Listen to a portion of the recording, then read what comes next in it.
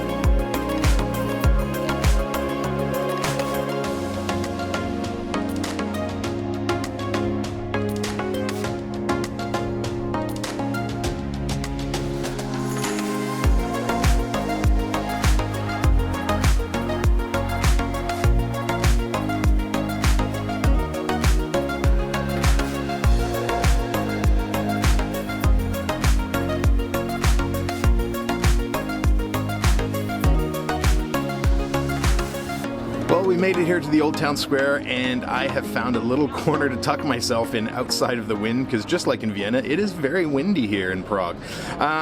So we're taking a little bit of a step back in time. This town square has been a major epicenter of trade for Czech Republic and most of Europe since the early 12th century. Fortunately for Prague, it really wasn't bombed that much during the Second World War, and so a lot of its old heritage and historical buildings still stand to this day. And there are a bunch of them in Old Town Square. There's a statue here to Jan Hus, who was burned at the stake, of all things. There's the Church of Our Lady Tyne. There's the Church of St. Nicholas, and there's also the world's oldest working astrological clock, which I'm very curious to go take a look at. That was built in, I believe, 1410. So yeah, let's go take a look around Old Town Square, Prague.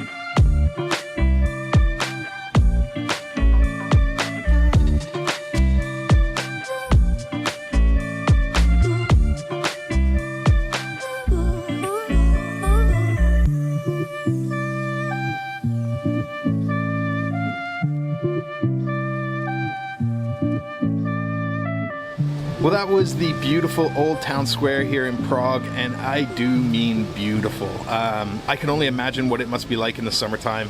I'm sure it's even more beautiful than it is today in this gloomy weather, but yeah, it's still pretty spectacular just to be here and just to look around. It really does step you back in time. But yeah, we're going to continue on with our royal route today and head to our next stop. So yeah, let's go.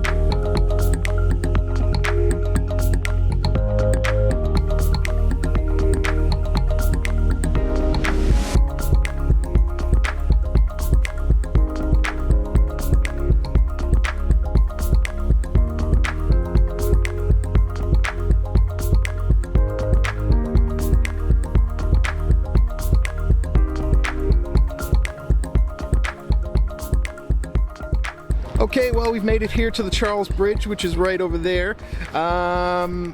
It originally was actually just called the Stone Bridge. It was finished in the early 15th century, and it was actually the only bridge that crossed the river up until about 1841. It's 1,700 feet long, about 30 feet wide. It's called a bow bridge, and that's because it sits on 16 archways that span the river.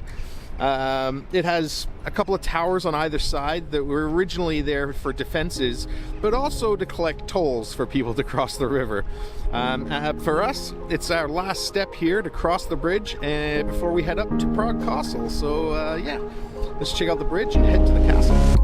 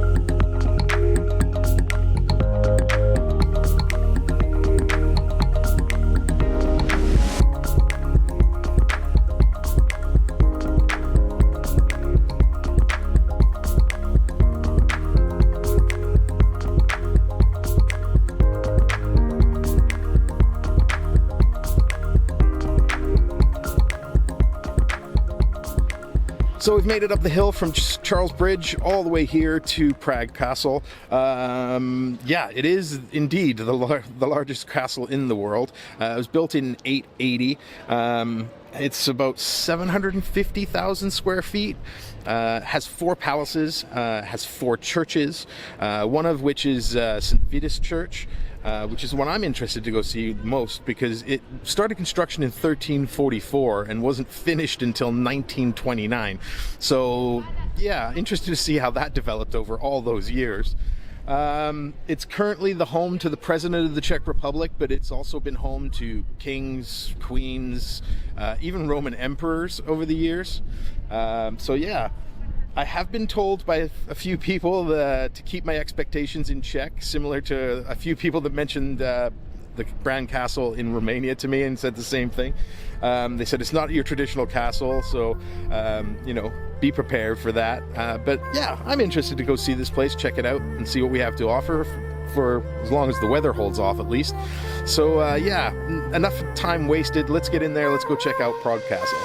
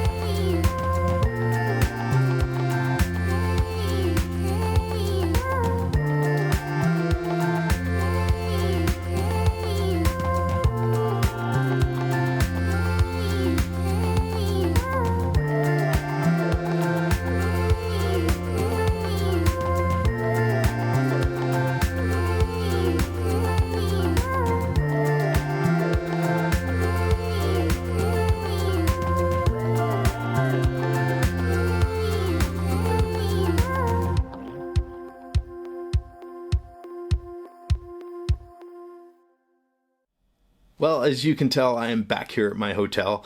My war with the wind is a failing one. The wind seems to win every single time. Yeah, I tried to shoot the outro up at the castle in a couple of different locations, and I thought I did a pretty good job of finding some like out of the way spots where the wind wasn't going to affect the audio that much. But yeah, I failed. Prague Castle. I really struggle with actually calling it a castle, because it does not resemble or have anything that I traditionally know of when it comes to castles. It's more of like a small town within walls, almost like a gated community, you could say, with obviously a fantastic cathedral right in the middle of it. Is it worth going up and taking a walk around up there and looking at it? Absolutely. I think it's worth going up there and seeing it. There's definitely some beautiful buildings, and the views over Prague from up there are pretty nice. Definitely worth seeing. Is it worth buying the pass to go see the exhibits and stuff? Probably not. The only exception I would say to that is if you are coming to Prague from a place where you've never seen the inside of a cathedral, then it might be worth getting the pass just to go in and see the inside of a cathedral. But other than that, the other exhibits that you get with the pass are just really not worth it, in my opinion. I mean, the two worst ones by far, you get to go inside another church, which is neat, but there's nothing really in there of substance, is the best way to put it. And then there's the old palace, which I hate to say this, but that was a joke. It was one big open room with nothing in it. And you may think I'm exaggerating, but I'm really not. It was just one giant room with a wooden floor, and that was it. Hence the reason why neither of those places were in the video, because they were just nothing to really show on camera or even in person. But like I said, the buildings up there and the views are definitely worth going up and checking out and seeing. It is cool for that. How do I wrap up Prague as a whole? It's actually a really cool city. I've enjoyed my time here. The highlight, without question, is the old town and the old town square. Standing in that square, just looking at all those old buildings, hearing the horse-drawn carriages roll across the cobblestones, it really transports you back in time.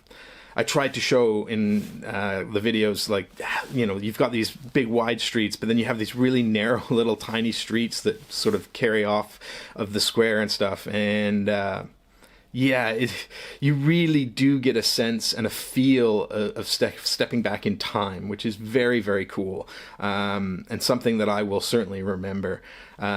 Then when you get away from the old town, you can see how they've started to sort of blend in sort of new construction, new architectural buildings within to the older stylings of the city. And I think they've done a really nice job of that. If you like to shop, there is definitely a lot of shopping to do here. One word of caution for ladies, leave your high heels at home. The vast majority of the sidewalks and streets around here are all cobblestone. You'll break something if you bring high heels to Prague. So yeah, just don't do that. But all in all, I've thoroughly enjoyed my stay here. It's been really nice. And definitely would consider coming back here at some point and checking it out a little bit more. Probably in the summertime, again, kind of like Vienna. I'd love to see this place when it's in bloom and everything's green. I think it would be really cool. But yeah, that's going to be it here for us here in Prague. I got to move on. So that's going to be it for this video. I hope you enjoyed it. If you did, you know what to do. Please click the like button, subscribe to the channel, and I'll see you guys in the next video.